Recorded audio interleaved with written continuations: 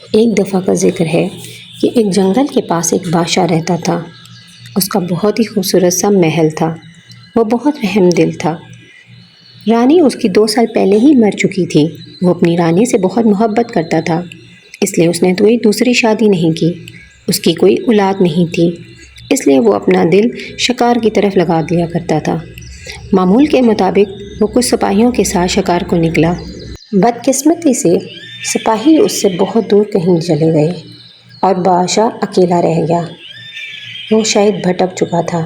ڈھونڈتے ڈھونڈتے وہ ایک ایسے باغ کی طرف آیا جہاں پہ خزاں کا موسم چھایا ہوا تھا، اور حیرانی کی بات تو یہ تھی کہ ایک درخت تھا جو ہرا بھرا تھا، اور اس درخت پر ایک سیب لگا ہوا تھا، اور وہ سیب بھی ایسا تھا جیسے وہ اپنی طرف کسی کو متوجہ کروا رہا ہو۔ بادشاہ کو یہ دیکھ کر بہت حیرانی ہوئی۔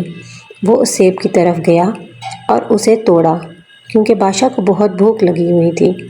جیسے ہی اس نے اس سیب کو توڑا تو اس کے اندر سے ایک لڑکی نکلی، اور اس لڑکی کو دیکھ کے بادشاہ بہت حیران ہوا۔ بادشاہ نے اس سے پوچھا کہ آخر کیا وجہ ہے، تم اس سیب میں کیسے گئی؟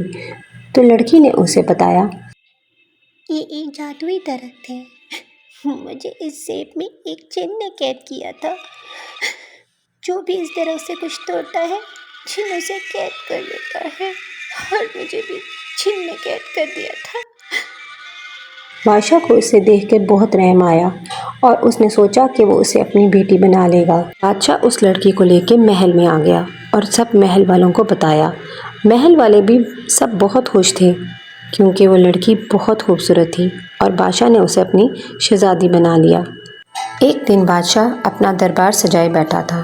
بادشاہ انتہائی رحم دل تھا، اس لیے اس کے دربار میں کوئی بھی اندر آ سکتا تھا۔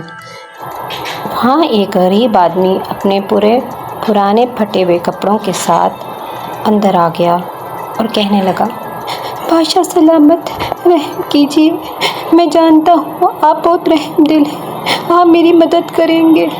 میں نے کتنے دنوں سے کچھ نہیں کھایا، کچھ نہیں پیا۔ بادشاہ کو اس پر بہت رحم آیا۔ اس نے کچھ اسے رقم دی اور کہا کہ میری بیٹی بھی گاؤں گئی ہے اور وہاں لوگوں کی مدد کر رہی ہے، اگر تمہیں اور بھی مدد چاہیے تم وہاں چلے جاؤ۔ دوسری جانب شہزادی بھی لوگوں کی مدد کر رہی تھی۔ بطور عطیہ وہ رقم اور کچھ کپڑے انہیں دیتی۔ لوگ بہت خوش تھے۔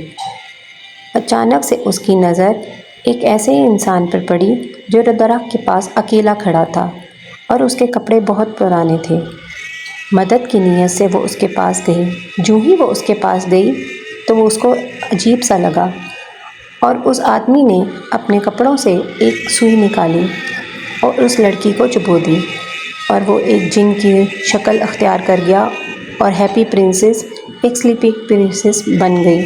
در حقیقت غریب آدمی ایک جن تھا، جسے پتہ لگ چکا تھا کہ جسے اس نے پنشمنٹ دی ہے وہ آزاد ہو چکی ہے، اور اس لیے اس کو اس بات پر بہت غصہ تھا۔ اس نے اسی وقت ارادہ کر لیا تھا۔ دوسری طرف پرنسس 2 سال تک سوتی رہی۔ اس دوران بادشاہ نے بہت علاج کروایا، جگہ جگہ حکیموں اور ڈاکٹروں سے اس کا معائنہ کرواتا رہا، لیکن سلیپنگ پرنسس 2 سال تک سوتی رہی۔ آخر کار اس نے ایک اعلان کروایا، سنو سنو، بادشاہ کا اعلان سنو۔ بادشاہ سلامت کا اعلان ہے کہ جو اس شہزادی کو ٹھیک کر دے گا، دوبارہ سے ہیپی پرنسس بنا دے گا، بادشاہ سلامت اس کو بادشاہ بنا دے گا اور اپنی شہزادی کی شادی اس کے ساتھ کروا دے گا۔ یہ اعلان سنتے ہی تمام لوگوں میں کھلبلی مچ گئی۔ بہت دور دور سے لوگ آئے شہزادی کو ٹھیک کرنے، لیکن وہ ایسا نہ کر سکے۔ دوسری جانب ایک لڑکا دوسرے گاؤں میں رہتا تھا۔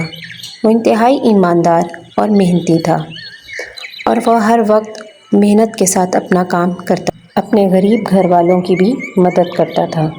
یہ خبر اس کی بہن نے اس کو بتائی۔ بھائی، مجھے پورا یقین ہے کہ تم اس شہزادی کی مدد ضرور کر سکو گے، اور تم اسے ٹھیک بھی کر لو گے۔